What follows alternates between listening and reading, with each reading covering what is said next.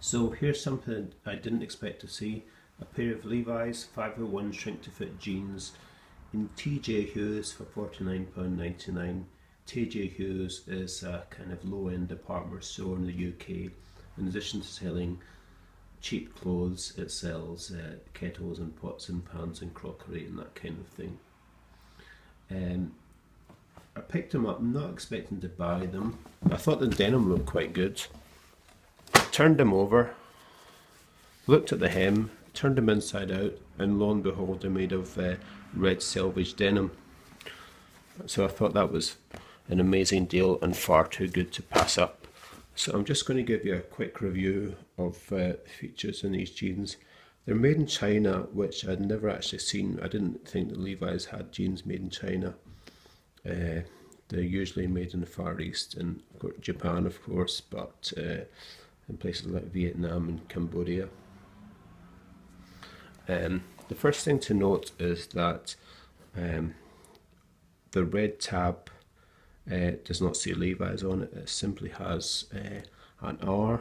This is an occasional feature you see in Levi's jeans because the red tab is copyrighted as well as the Levi's name. So they occasionally produce jeans that don't say Levi's on them to protect the copyright on the jeans. The back pockets are bar tacked. They do not have the concealed rivets on the inside pocket. This is obviously a cost saving exercise because I suspect the concealed rivets are more expensive to produce. The patch is made of paper. It has this thing in the side which is supposed to rip off. This was supposedly produced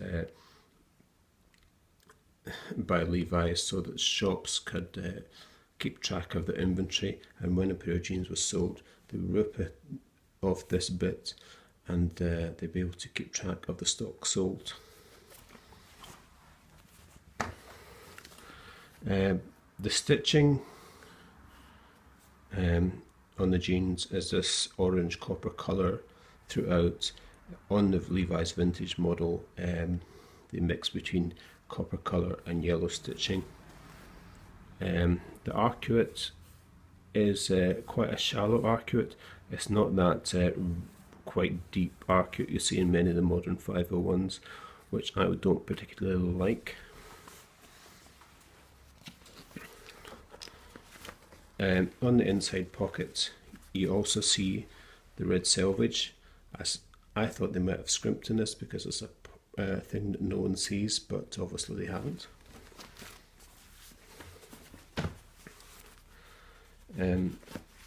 The hem on the jeans is not chain stitched, and it's quite a broad hem. On the Levi's vintage model the hem is quite narrow, but if you just roll them up then no one will know the difference. There are shops in places like London and Brooklyn and San Francisco which you can do chain stitching in your jeans, but at about 25 to 30 pounds I really don't think it's worth it on these jeans.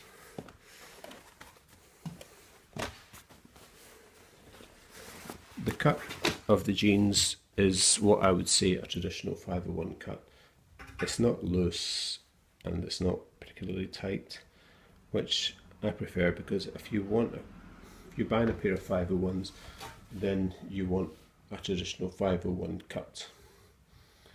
There are other models if you want a looser or a tighter fit.